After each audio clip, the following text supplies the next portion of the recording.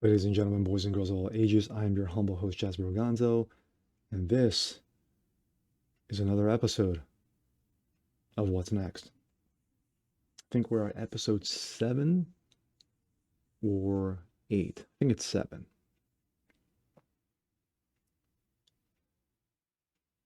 We are going to talk about the impeachment of one President Donald J. Trump that occurred last night.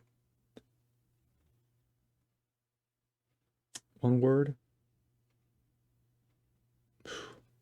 Can't do it after one word. I think I'm going to have to do it with multiple words. I mean, we're talking stupid, really, stupid, idiotic, moronic, ignorant, buffoonery, another witch hunt, 2.0, whatever term you want to use for it. This is what it comes down to, simply, is that when you have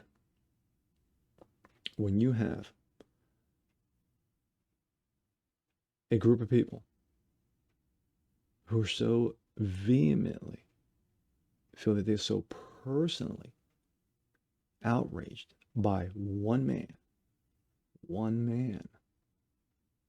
and they would try to do everything in their power to destroy this one man, not from a political standpoint, but from a personal standpoint as well, as we have seen over the last 24 to 48 hours. Let's take a look at where we're going here from a different, from the New York Post. Impeachment only feeds division, elevates Trump in supporters' eyes. Let that sit for a second. When you are basically fueling the fire, you are making the president a martyr at this point by trying to erase him from history, as the DEMS are trying to do. The usual clowns, Pelosi, Schumer, the little bartender, who pretends she's really something when she's really not. She's a clown. And we could talk about her, after her moronic rant the other day. But when we talk about how this affects us as a country, it sets a very, very, very bad precedent. It does. It sets a very bad precedent. Basically saying that the next time, and there will be a next time, when the Republicans regain the Senate and have full control over the House, which they're only less than a handful of votes away in 2 years, but as we've seen, you had a number of Republicans, 10, who added their names to the impeachment rolls. When their time comes, they are going to feel the wrath of tens of thousands of conservatives who are going to go to those polls and make sure that they put somebody who actually gives a damn about them, about their free speech. Because not one of those 10 actually came out and defended them during this current great purge of 2021. So, this coming from the New York Post regarding the impeachment and what this will do to agitate, aggravate millions of Trump supporters. They won't do what the knuckleheads did at the Capitol building. Those effing morons did at the Capitol building. Some Antifa, some Black Lives Matter, but mainly stupid, moronic idiots. And sadly, one of those, a 14-year vet who got caught up on it, lost her life because of it. Totally senseless. But regarding the article,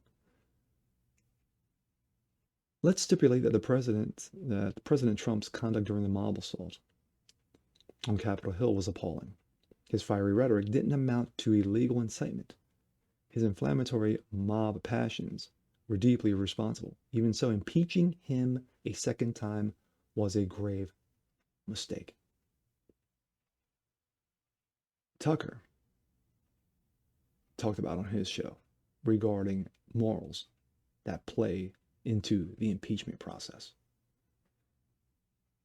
In the first impeachment, 13 months ago, no morals necessary. This one, absolutely effing not. They want to try to destroy the man and make sure that he doesn't run, that he's not able to run again in 2024. Nor they are trying to take his benefits away from him as well regarding the Secret Service, possibly his pension, as we've seen a number of those in the private sector go after Trump and his holdings. When you have impeachment, in other words, is the ultimate political judgment, and it's hard to blame legislators who concluded that Trump's role in the tragic events of January 6th amounted to abuse of that public trust. They are mistaken nevertheless. Trump won't be president in a week, so really, I'm adding this. It doesn't mean anything. You know, who gives a damn? And any Senate impeachment trial will take place during Joe Biden's presidency, asterisk. The effort to convince Trump, would be silly and dangerous waste. That's what it is, ladies and gentlemen. That's what it is. When you have a vendetta, a personal vendetta against one man who never did anything to you physically, doesn't know you from dirt, but you've taken this to the nth degree. Because for the last 4 years, nothing you've done worked. He was basically Teflon Don, but in the right sense. You know, I'm all butthurt because he said this. I'm all butthurt because he said that. Oh, he lied about this. Oh, he lied about that. Yeah, because the president-elect never did anything wrong, Hunter Biden. But sadly, this is where we're at, ladies and gentlemen. And this impeachment, on paper, that's all it is. Because I've said this prior in other posts. Once this reaches committee, there are Republicans in that Senate will not attach their name to this for the sake of their own political survival.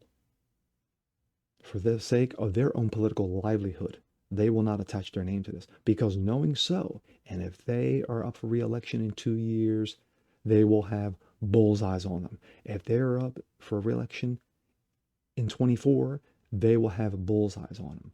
Bullseyes in the sense of political people, not actual bullseyes. You know, just to clarify.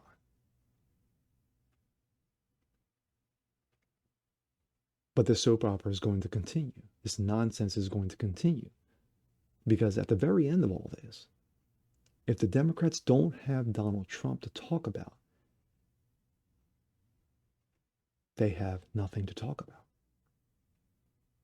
They're not going to go after their boy, Creepy. Who are you going to do? You think McConnell's going to put the eyeballs on the TV sets? You can talk about Ted Cruz is going to put the eyeballs on the TV sets? Tom Cotton? Rand Paul? Josh Hawley? No. Donald Trump is the straw that stirs the drink. And if you don't have Donald Trump, you don't have a drink. Now, those of us on this side of the aisle are going to have fun with Uncle Joe for at least the next year until they invoke the 25th against him because they feel that he's not competent enough to carry out his duties as president, which would put Kamala Harris as the first female president, the first black president, the first,